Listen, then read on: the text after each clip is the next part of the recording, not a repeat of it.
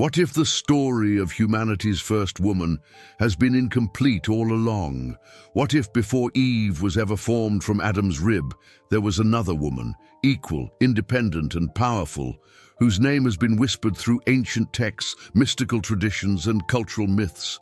That name is Lilith. In most churches today, if you ask who the first woman was, the answer is simple: Eve. Genesis 2 presents the familiar scene of Adam falling into a deep sleep, God taking one of his ribs and forming a partner to be his companion. But scattered in older traditions, rabbinic writings, and apocryphal stories, another narrative emerges, one that challenges the clean simplicity of that tale. According to these sources, the very first woman was not created second or subordinate.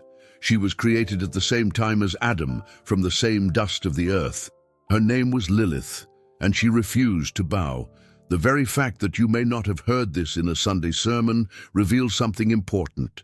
Lilith is a figure who has been erased, silenced, or demonized across centuries.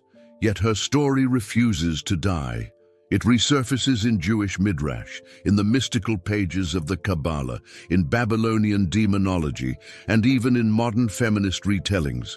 How can one figure span so many traditions, sometimes as a demoness, sometimes as a tragic rebel, sometimes as the true equal of Adam?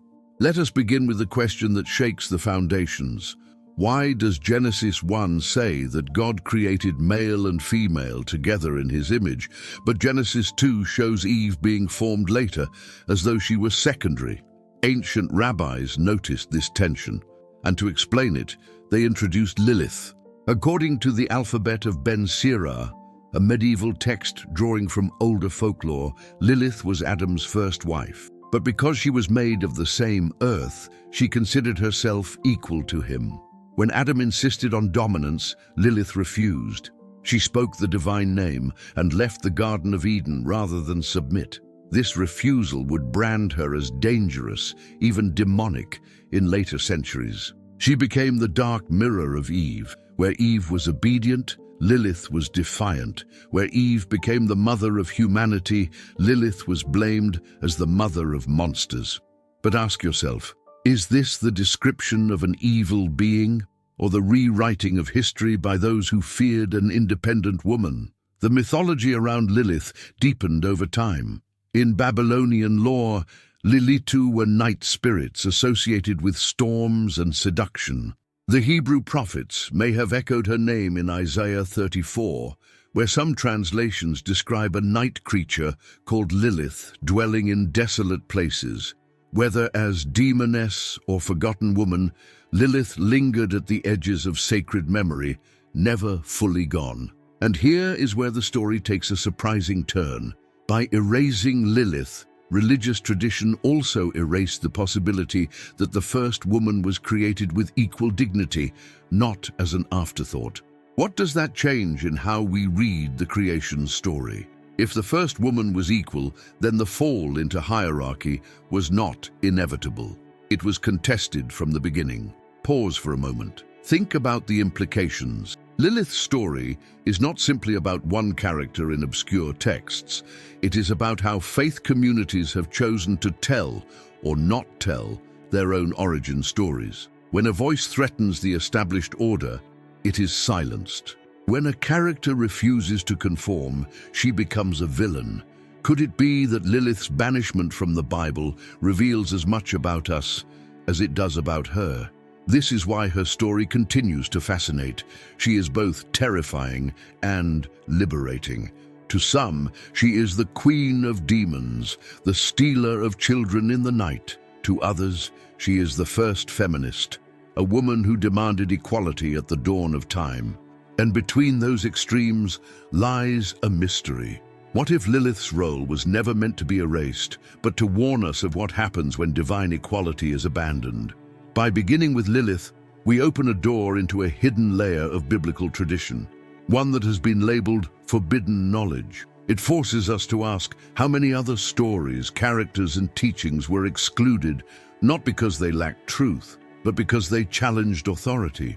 This series will explore exactly that. But before we move to how Lilith was described in Jewish mysticism, Let's close with a simple question. If God truly made male and female in his image, side by side, what does it mean that the very first woman might not have been Eve, but Lilith? If Lilith was truly present in the earliest layers of biblical tradition, where can we find her traces? While the canonical Hebrew Bible remains nearly silent, with perhaps only a shadowy reference in Isaiah 34:14, where a night creature, or Lilith, is said to dwell in the ruins, rabbinic writings, mystical commentaries, and folklore preserve her more vividly. These traditions reveal not only who Lilith was imagined to be, but also how fear, theology, and social order worked together to transform her from possible first woman to cosmic outcast. One of the earliest and most striking mentions of Lilith appears in the alphabet of Ben Sira, a medieval work that draws on earlier rabbinic traditions. Here, Lilith is portrayed explicitly as Adam's first wife. Unlike Eve, who is described as being formed from Adam's rib, Lilith was created at the same time and from the same earth as Adam himself. This meant she considered herself equal, not derivative. Conflict arose when Adam insisted on dominance in their relationship. Lilith refused to accept such a role. In an act of defiance, she pronounced the ineffable name of God, a power reserved for the most sacred moments, and fled the Garden of Eden. This moment crystallizes the essence of Lilith's myth. She chose exile over subordination. In doing so, she became the archetype of rebellion, independence, and unyielding dignity. But rabbinic tradition did not present this choice neutrally. Having left Adam, Lilith was cast as dangerous. According to the Ben Sira story, she consorted with demons and gave birth to countless offspring, spirits that plagued humanity. When God sent 3 angels, Senoi, Sansanoi, and Semangeloth, to bring her back, Lilith refused. As punishment, she was doomed to see 100 of her children die every day.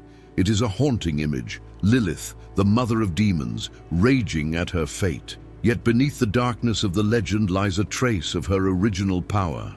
She was not dismissed simply as irrelevant, she was feared. Fear, in this context, often reveals what is being suppressed. Lilith symbolized a female figure who would not yield to male authority, and in a patriarchal religious system, that figure could not be left unchallenged. The rabbis expanded this image in practical ways. In Talmudic and post-Talmudic texts, Lilith became associated with infant mortality, miscarriage, and the perils of the night. Amulets were inscribed with the names of the 3 angels to ward her off, often hung in nurseries or given to new mothers. The message was clear: Lilith threatened the very fabric of family life. To guard against her, one must cling to divine protection. But why, we might ask, was she such a threat? Was it truly about infants, or was it about independence? If Lilith represented the possibility that a woman could walk away from control, then she was dangerous not only to Adam, but to the entire social order. Demonizing her served a purpose. It made equality seem monstrous, rebellion seem deadly, and submission seem safe. Over centuries, her image spread beyond Judaism into Christian demonology and medieval folklore. She became a succubus figure, luring men in their dreams, draining vitality, bringing chaos. This distortion amplified the association of female sexuality with danger, a theme that has haunted religious discourse for millennia. Yet, through all these retellings, one consistent element remains. Lilith is never silent. She may be twisted into a demon, but her story continues to echo. Consider for a moment the possibility that Lilith's tale functioned as a kind of mirror for the community that told it. By making her the villain, the tradition could reinforce its boundaries. By blaming her for tragedy, society could avoid confronting deeper injustices. But the persistence of her name suggests that something about her story resonated too deeply to be erased entirely. People kept telling it, again and again, even if only as a warning. Here lies the paradox. In demonizing Lilith, tradition ensured her immortality. We remember her not because she was canonized, but because she was forbidden. and forbidden stories often carry the most power. So, was Lilith truly the first woman equal to Adam in creation? Or was she always a mythical scapegoat, invented to explain inconsistencies in Genesis and to reinforce patriarchy? The sources do not answer clearly, but by studying how she was remembered, in amulets, rabbinic texts, mystical Kabbalah, we glimpse the anxieties of a culture that struggled with questions of equality, independence, and gender. What does that mean for us today? Perhaps it is a reminder that the stories we silence often reveal the truths we most fear. If Lilith had been celebrated rather than condemned, the spiritual imagination of Judaism and Christianity might look very different.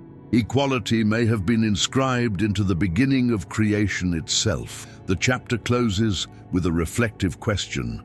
If Lilith's story was so threatening that it had to be transformed into demonology, what does that tell us about the power of voices that refuse to be silenced? When we trace Lilith's story beyond the boundaries of Jewish tradition, we discover something fascinating. She is not confined to the margins of Genesis or the rabbinic imagination. Echoes of her appear across Mesopotamian myths, Babylonian demonology, and later medieval folklore.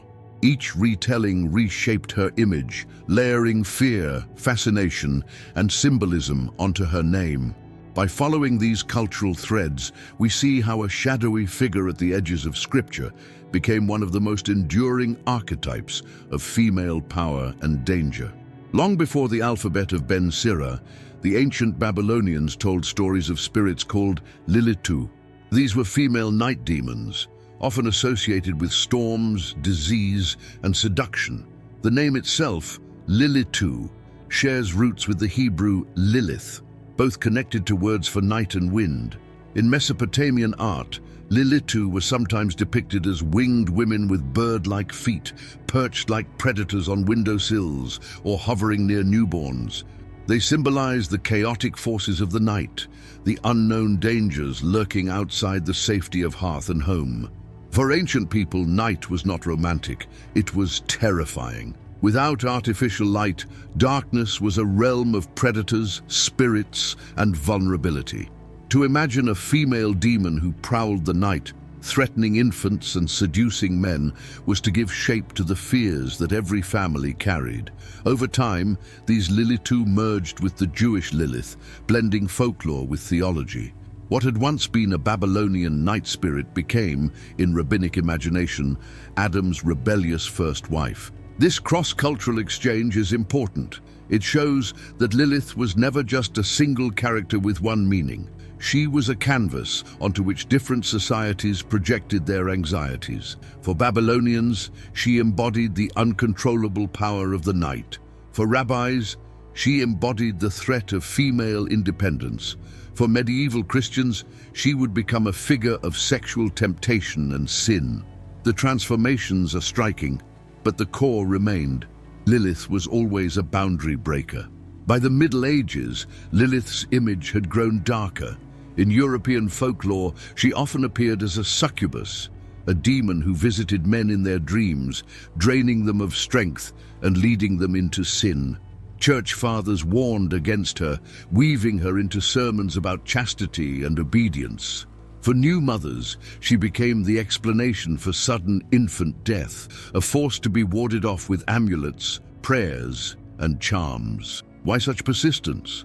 Because Lilith personified what could not be controlled: sexuality outside sanctioned marriage, women who resisted submission, the mystery of death at birth. All of these real-life fears needed a face, and Lilith provided one.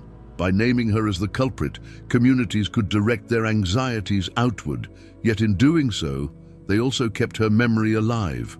Interestingly, not all portrayals of Lilith were purely negative. In some strands of Jewish mysticism, particularly Kabbalah, Lilith was viewed as part of a cosmic balance. She was the dark counterpart to divine femininity, a shadow that mirrored the sacred. This duality hints at something deeper. that even in rejection, Lilith was recognized as powerful. Demons that are weak do not survive in cultural memory. Only figures with resonance endure. By the Renaissance and into modern times, Lilith began to be reimagined yet again. Poets, artists, and writers portrayed her not as a demon, but as a tragic heroine, the first woman who refused to compromise her dignity. She became a symbol of rebellion, sensuality, and liberation. Where rabbis saw a danger, feminists saw a pioneer. This evolution continues today, where Lilith appears in literature, films, and even popular culture, always with that same aura of mystery. So what do we make of this global journey? Lilith is more than a character. She is a mirror of the societies that told her story. Each age reshaped her into the villain or the rebel it needed. But the persistence of her name suggests she touches something universal: the fear and fascination with women who step outside of prescribed roles. Let us pause with a question. If Lilith's image shifted so dramatically across cultures, from night demon to feminist icon, does that reveal more about her or about us? Perhaps her story survives not because of what she was, but because of what humanity has always needed her to represent. If the earlier rabbinic and Mesopotamian traditions cast Lilith as a night demon, the Middle Ages sharpened her image into something even more charged, a symbol of temptation. By this time, theology and folklore had begun to intertwine so deeply that Lilith became not merely a figure of the night, but the embodiment of uncontrolled female sexuality. Her story reveals as much about society's fears of women as it does about spiritual beliefs. Medieval preachers and moralists described Lilith as a succubus, a demon who preyed upon men while they slept. The idea was not new. The Mesopotamian Lilitu already carried this association. But within the Christian world, Lilith became the epitome of sexual danger. She was said to seduce men in their dreams, drain their energy, and leave them spiritually compromised. The mere idea of her presence was enough to make men fear their own desires. The demonization of sexuality in this form served a dual purpose. First, it reinforced the control of the church over morality, portraying any unsanctioned sexual desire as literally demonic. Second, it transferred blame away from individuals. If a man was tempted, it was not his weakness, but Lilith's intrusion. In this way, Lilith became a scapegoat, carrying the burden of temptation for an entire culture. At the same time, women bore the consequences of her reputation. New mothers were warned that Lilith hovered near their infants, ready to steal them away. Amulets inscribed with angelic names, Senyoi, Sansonoi, and Samangelof, were used to protect children, a practice echoing older Jewish customs. Here again, Lilith symbolized not only sexuality, but also the terrifying risks of childbirth and infancy in a pre-modern world.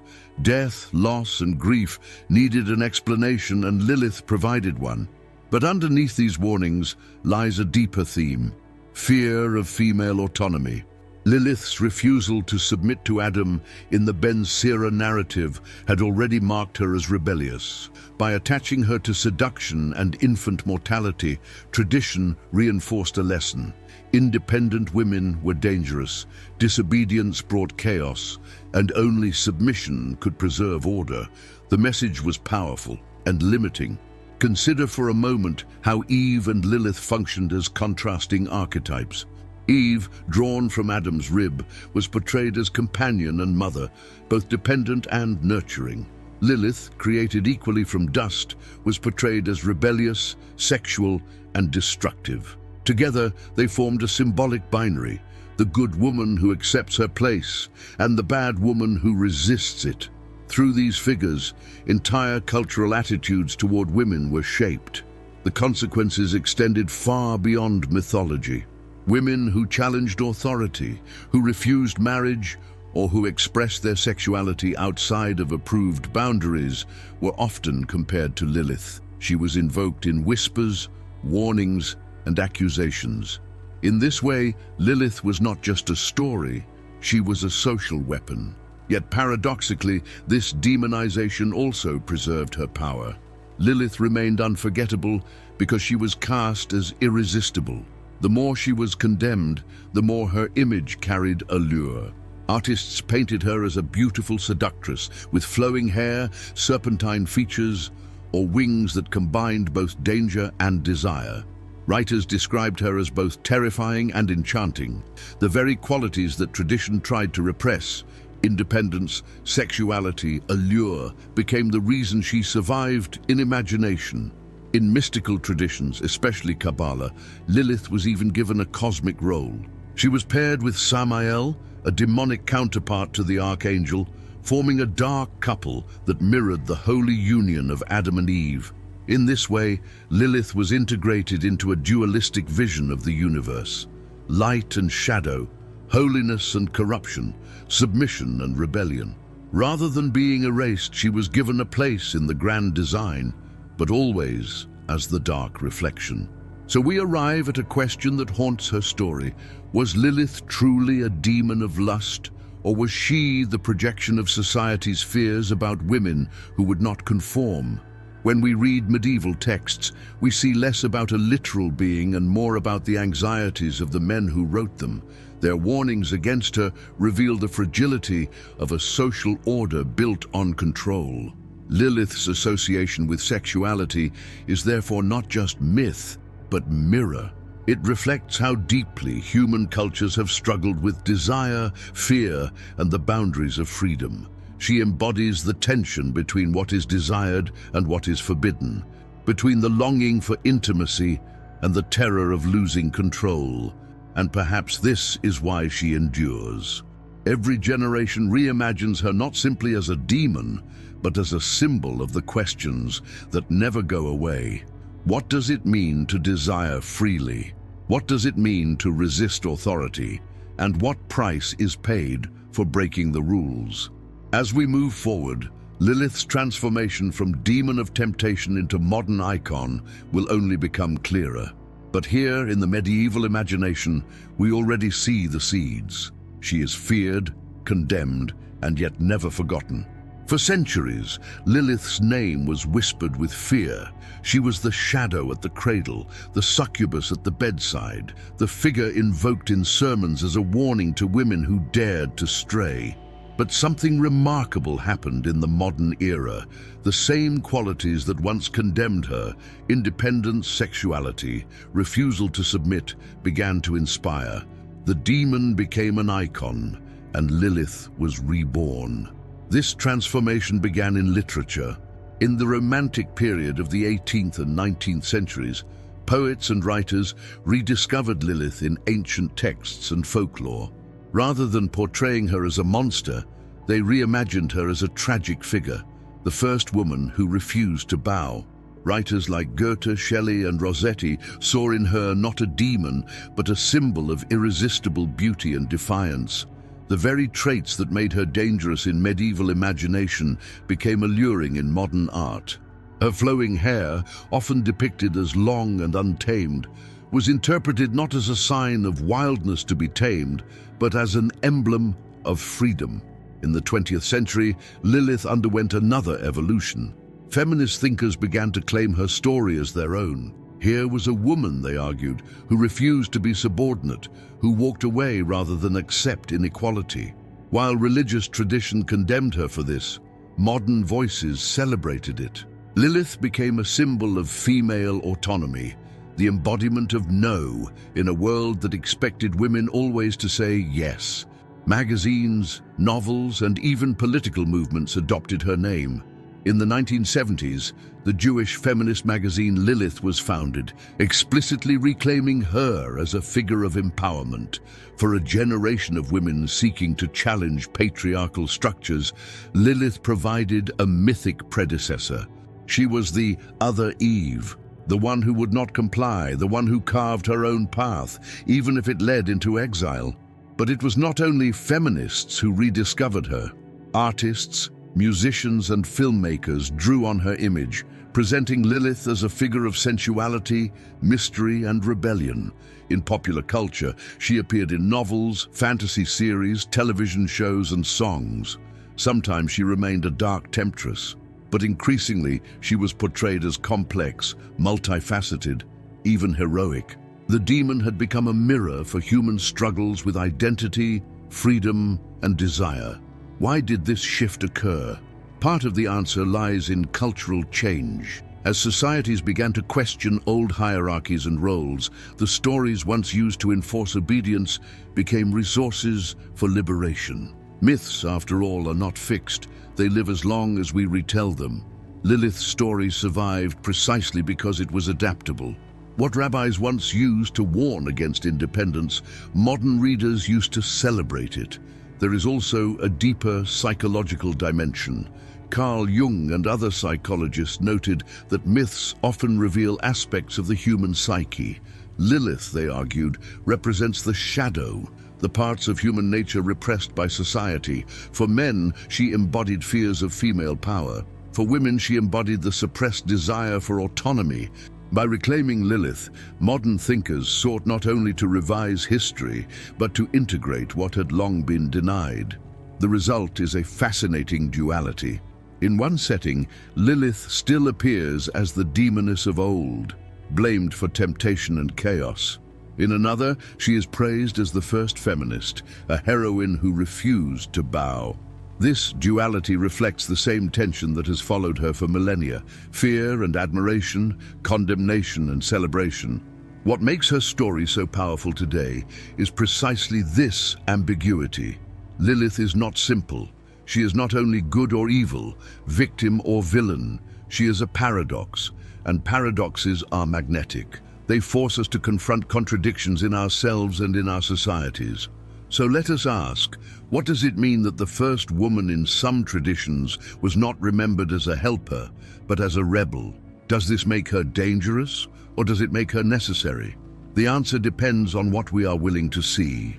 By reclaiming Lilith, modern culture has not erased the darker aspects of her story. Instead, it has embraced her complexity. She is both warning and inspiration, shadow and light. In her, we see the persistence of questions about freedom, authority, and the cost of defiance. Lilith's journey from demon to icon reminds us of the power of stories to change. The same tale that once kept women in fear can now give them courage. The same name that once cursed children can now bless movements. And perhaps that is why she endures, because she can never be reduced to one meaning alone. When we look at the myth of Lilith in today's world, we do not just see an ancient demon or a lost figure from folklore. We see a cultural symbol that sparks heated debates in theology, art, politics, and even personal identity. Lilith has crossed from the realm of myth into modern consciousness, and her presence continues to challenge assumptions about faith, gender, and power. In religious circles, Lilith remains a point of controversy. Some traditional communities still describe her in terms inherited from rabbinic texts: a dangerous spirit, best kept at a distance. Amulets invoking angelic names can still be found in certain Jewish households, particularly among those preserving mystical traditions. For them, Lilith is not just a story, but a lingering threat, a figure of disorder to be kept at bay through ritual protection. But in progressive theology, she has become something very different. Rabbis, pastors, and scholars who embrace feminist readings of Scripture often re-examine Lilith as a missing piece of the biblical story. They argue that her erasure reflects centuries of patriarchal editing, where voices of independence were deliberately silenced. By bringing her back into conversation, these theologians attempt to restore balance, to acknowledge that the earliest human stories might have included more than submission and obedience. This divide illustrates a deeper tension within religion itself. On the one hand, faith traditions often rely on stability and continuity, resisting figures like Lilith who disrupt the order. On the other hand, faith also thrives on renewal, on the rediscovery of truths that challenge complacency. Lilith embodies that paradox. She forces believers to ask, Is our tradition shaped by divine revelation or also by the human fears that edited out stories like hers? Beyond theology, Lilith's impact is striking in culture. Artists across media, painters, novelists, musicians, filmmakers continue to use her image. Sometimes she appears as the archetypal temptress, echoing medieval fears. Other times, she is reborn as a hero of rebellion, a woman who chose exile rather than submission. In both cases, she remains compelling because she embodies extremes: fear and fascination, darkness and allure, danger and possibility. In politics and social commentary, Lilith is often invoked as a shorthand for female resistance. Protesters have carried her image in marches for women's rights, reclaiming her defiance as a model of empowerment. The Lilith Fair, a music festival in the 1990s celebrating female artists, used her name deliberately, turning the feared demon into a banner of solidarity. By choosing Lilith, the organizers signaled that independence, creativity, and nonconformity were qualities to celebrate, not suppress. Psychology also provides a lens for understanding her impact. Jungian thinkers describe Lilith as part of the collective unconscious, an archetype of the dark feminine. Dani. This archetype does not mean evil but represents the aspects of womanhood repressed by society: sexuality, power, anger, autonomy. By confronting Lilith, whether in dreams or in stories, individuals encounter these hidden parts of themselves. Integration rather than suppression is the goal. In this way, Lilith becomes not a curse, but a teacher. The modern fascination with Lilith also reveals something about ongoing cultural struggles. In a world where debates about gender equality, sexuality, and authority remain unresolved, her story resonates. She embodies the conflict between control and freedom, tradition and change. To some, she is dangerous because she questions the foundations of order. To others, she is liberating because she shows that another path was always possible. Consider the questions she raises. What does it mean for a woman to refuse?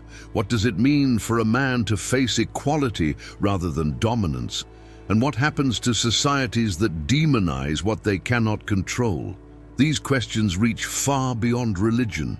They touch politics, family life, and the ways we imagine the future. At the same time, Lilith's story warns us of the dangers of extremes. Demonization strips people of humanity, but so does romanticization if it reduces them to symbols. Lilith is powerful not because she is a perfect heroine or villain, but because she reflects complexity. She forces us to grapple with contradictions: freedom and exile, autonomy and loneliness, desire and danger. Perhaps this is why she endures across centuries. Each generation finds in her what it needs: a warning, a scapegoat, an icon, or a mirror. Lilith adapts because she was never fully defined. She slips through the cracks of canon, theology, and art, reappearing wherever questions of power and gender rise. Her modern impact, then, is not limited to feminism or theology. It is about the human struggle to face what has been silenced. Lilith asks us, what truths have been hidden from us? What stories were erased because they did not fit the pattern? And what happens when those stories return? The answers vary, but one thing remains clear. Lilith is no longer only the demon of old. She is a living myth, reshaped by culture, conversation, and imagination. In her, we glimpse not only the fears of the past, but also the hopes of the present. And as long as questions of equality and autonomy remain alive, so will she. Long before modern feminism claimed her, before artists painted her as a symbol of defiance, Lilith had already taken root in something far deeper: the human psyche. She is not just a character in folklore or a name whispered in rituals. She is an archetype, a recurring figure that embodies universal patterns of thought, fear, and desire. To understand why she continues to captivate, we must look not only at her stories, but at the psychological depths they reveal. Carl Jung, the Swiss psychiatrist who explored the collective unconscious, argued that myths and symbols are not arbitrary. They emerge because they reflect shared human experiences, emotions, and conflicts. Lilith, is one such symbol. She represents what Jung called the shadow, the parts of ourselves we try to suppress or deny. For men, she often symbolizes the fear of women's power, sexuality, and independence. For women, she can embody repressed anger, autonomy, and the longing to be more than what tradition allows. This dual role explains much of her power. To some, she is terrifying because she refuses submission. To others, she is liberating because she embodies what has been denied. In both cases, she stirs strong emotions because she touches something primal, the tension between control and freedom, desire and fear. Consider how Lilith appears in ancient traditions. As a night demon, she embodies the fear of the unknown, of vulnerability in the dark. Nighttime has always been associated with danger, with forces beyond human control. By personifying those fears in Lilith, ancient societies gave them a face. To confront Lilith was to confront chaos itself. But at the same time, she represents something attractive, the forbidden, the ungoverned, the raw. In psychological terms, this is the allure of the shadow. What we repress often gains power precisely because it is hidden. Lilith fascinates because she embodies what we both fear and secretly desire. Jungian psychology also identifies another archetype at work in Lilith, the dark feminine. Unlike the nurturing mother figure or the obedient daughter, the dark feminine is untamed. She is passion, rage, wisdom, and destruction. Cultures across the world have versions of this archetype. Kali in Hinduism, Medusa in Greek mythology, Sekhmet in Egyptian lore. Lilith belongs to this lineage. She is the version of womanhood that cannot be controlled, the side of femininity that patriarchal systems often try to bury. This raises a profound question. What happens when a society suppresses part of human nature? If Lilith represents female autonomy and power, then erasing her is also erasing those qualities from the cultural imagination. The result is imbalance. The shadow does not disappear. It resurfaces in distorted forms, fear, resentment, or obsession. Perhaps this explains why Lilith re-emerges in every era, no matter how often she is banished. The psyche will not allow her to stay silent forever. Modern psychology finds relevance here as well. Therapists sometimes speak of meeting Lilith in dreams or inner work. She may appear as a threatening figure, a seductive stranger, or a voice demanding recognition. To engage with her is to face what has been denied: anger, desire, independence. For women, this might mean acknowledging ambitions long suppressed. For men, it might mean confronting fears of equality. In both cases, Lilith becomes a guide, not because she is gentle, but because she refuses to be ignored. We see this dynamic in culture too. When women protest, demand rights, or break traditional roles, critics often demonize them, echoing the ancient pattern of calling them Liliths. But what is feared is often precisely what is needed: the rebalancing of power, the acknowledgement of autonomy. The archetype remains alive because the struggle it represents is ongoing. At a personal level, Lilith also raises questions of integration. Jung argued that true wholeness requires embracing the shadow, not rejecting it. That means acknowledging our inner Lilith, the parts of ourselves that are independent, passionate, even rebellious. Ignoring them only fuels inner conflict. By facing them, we can find balance.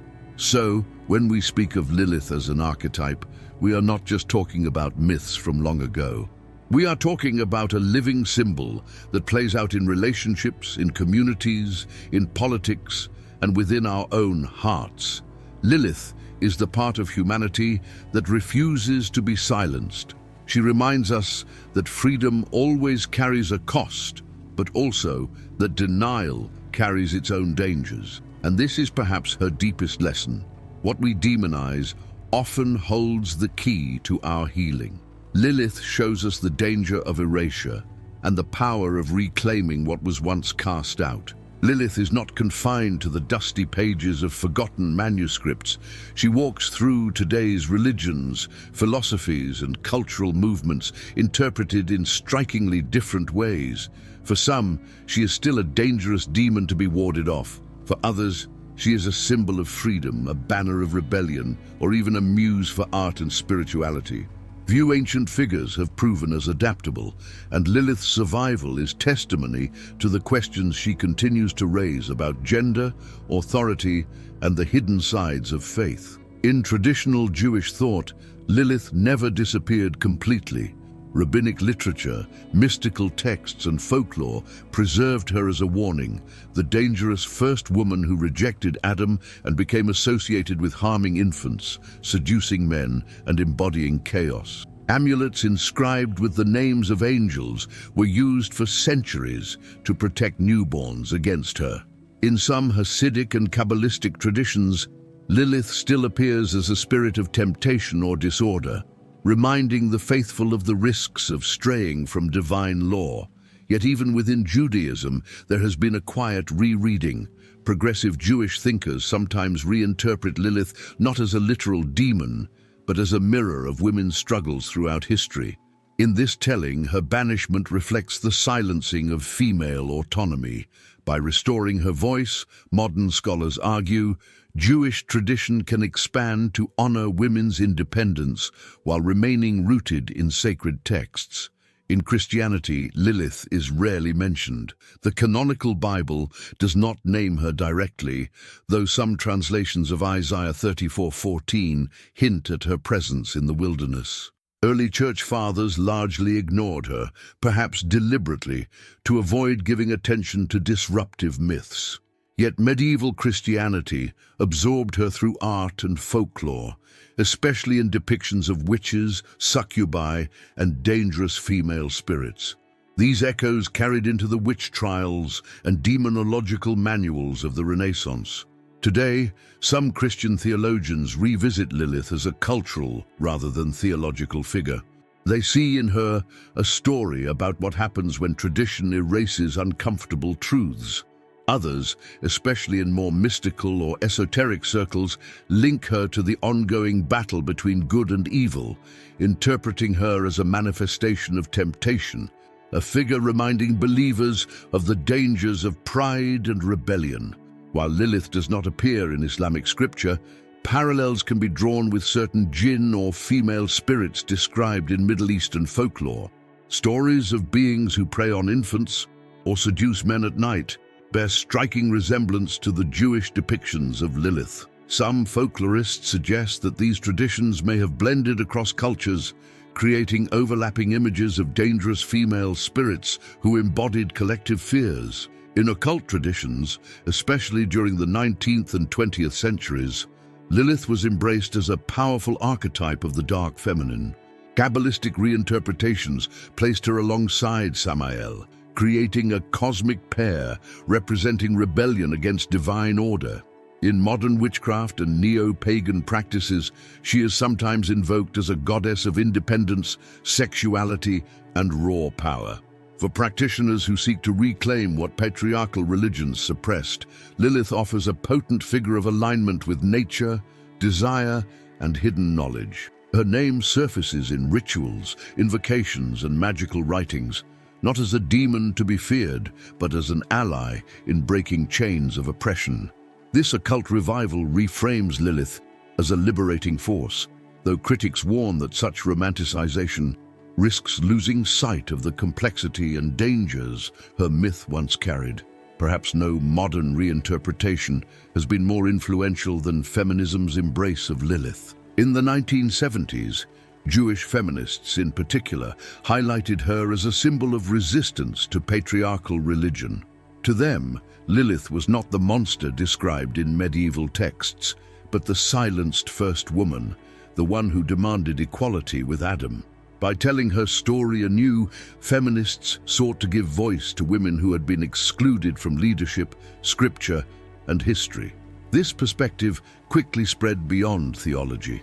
Writers, poets, and musicians reimagined Lilith as a cultural hero, a woman who chose exile over subjugation. The Lilith Fair music festival of the 1990s is one famous example, bringing her name into mainstream culture as a celebration of women's creativity and autonomy. In television, film, and literature, Lilith appears again and again.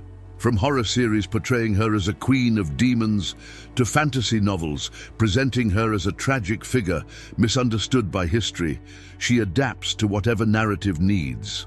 Video games cast her as a powerful villain or anti-hero. Comic books and novels use her to explore themes of temptation, exile, and rebellion. Each retelling says less about ancient myth and more about us. Lilith becomes what each generation fears, desires, or struggles to understand. Sometimes she is dangerous, other times she is admirable, but she is never irrelevant. So where does this leave us? Lilith today is not one figure but many. Demon, goddess, feminist icon, cultural muse. For some, she embodies danger. For others, liberation. For still others, she is a cautionary tale about the risks of rewriting or silencing parts of our collective story. Perhaps the truth is that Lilith has always been a mirror. She reflects back the anxieties, hopes, and conflicts of the cultures that invoke her. That is why she never fully disappears. She is not just a relic of Jewish folklore, but a living myth, reshaped, retold, and reinterpreted across traditions. Myths that endure are never just about the past. They are living mirrors, reflecting the desires, fears, and conflicts of the people who carry them forward. Lilith, more than almost any other forgotten figure, has proven to be exactly that kind of mirror. For centuries, she was whispered about on the margins of texts, carved into protective amulets, invoked in midnight prayers of fear. Yet today she has returned, not as a footnote, but as a central figure in debates about faith, gender, and identity. And when she returns, she brings with her unsettling questions about who we are and what kind of future we are building. Her reappearance in modern culture signals that silenced voices always find a way back. Lilith's myth was not erased. It was suppressed, dismissed, demonized. But stories like hers carry the weight of human longing, and they resurface whenever societies grow tired of tidy answers. To rediscover Lilith is to rediscover the parts of history that tradition sought to bury. And in a world increasingly skeptical of simple, unquestioned narratives, her story strikes a chord. The woman who refused to submit to Adam has become the figure who refuses to vanish. Her survival across the centuries poses a haunting question. If Lilith could be silenced for so long, what other truths remain hidden, waiting to be uncovered? Lilith's myth is not only about one woman, but about the tension between order and chaos. Every culture wrestles with how much freedom to allow, how much tradition to guard, how to handle voices that do not fit the mold. Lilith embodies the side of humanity that refuses containment. The insistence that rules imposed from above may not reflect divine justice, but human fear. When societies deny that side of themselves, it does not disappear. It festers in silence until it bursts back into view. Lilith's return is proof that what is repressed always returns, demanding recognition. And she forces us to ask, are we walking in balance between order and freedom, or are we repeating the mistakes of those who tried to silence her? It is no accident that her resurgence is deeply tied to questions of gender. For generations, Lilith was painted as a monster, a danger to men, a threat to children. Yet in her story, we glimpse the outline of another possibility. A woman who demanded equality, who chose exile over subordination.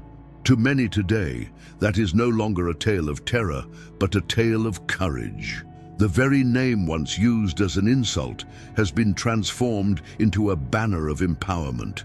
And so, Lilith reflects the ongoing struggle of women across the world.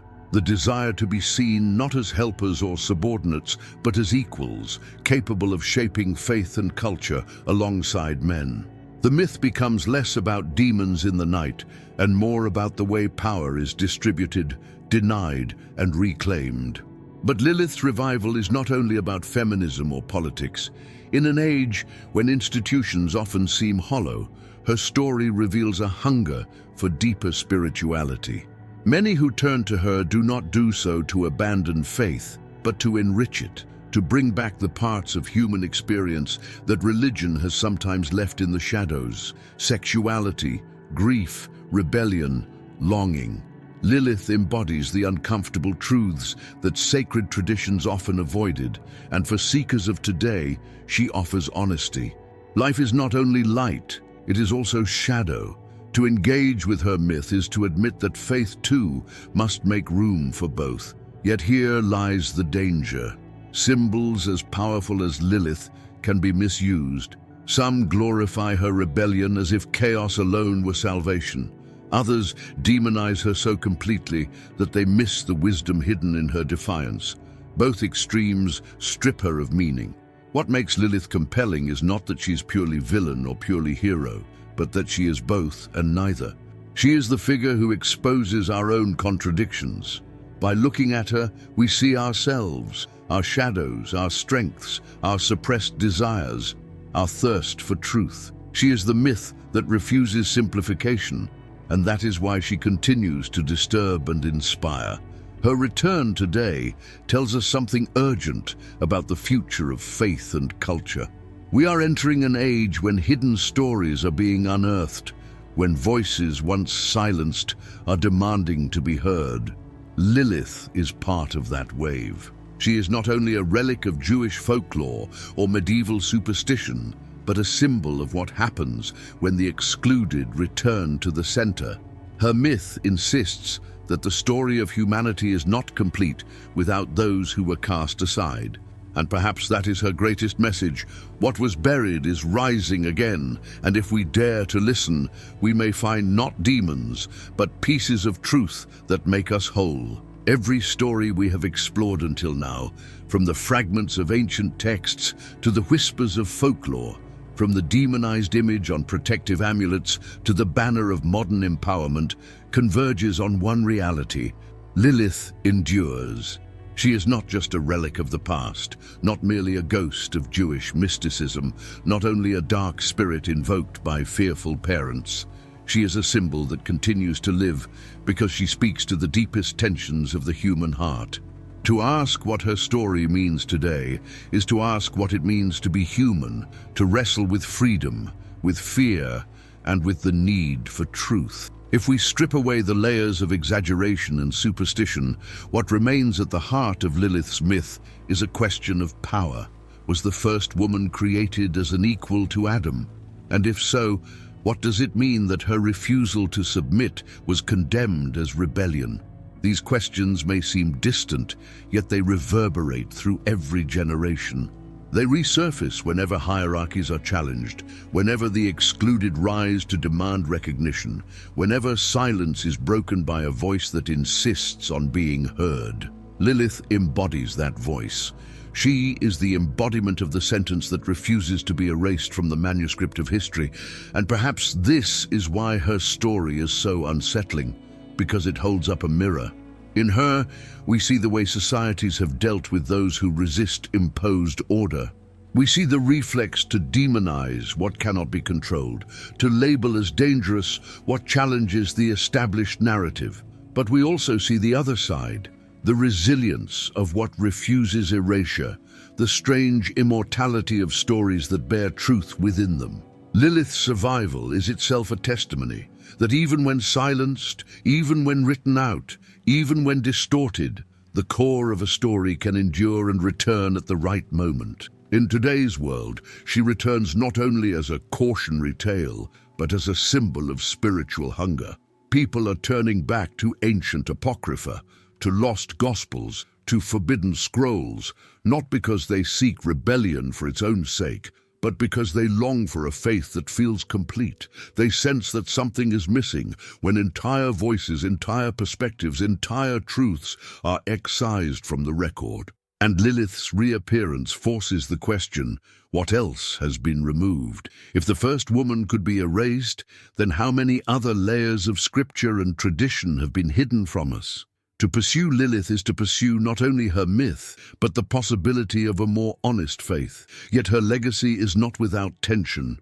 To embrace her uncritically is to risk glorifying chaos. To reject her entirely is to fall back into the patterns of suppression that created the myth in the first place. The challenge, then, is balance. To see her as neither demon nor saint, but as a complex mirror of humanity. She warns us against the dangers of domination and silence. She reminds us that rebellion, too, has its cost. And she teaches us that faith must have room for both order and freedom, for both obedience and honest questioning. The lesson of Lilith is not that we must follow her into exile, nor that we must erase her again. It is that we must learn from the paradox she embodies.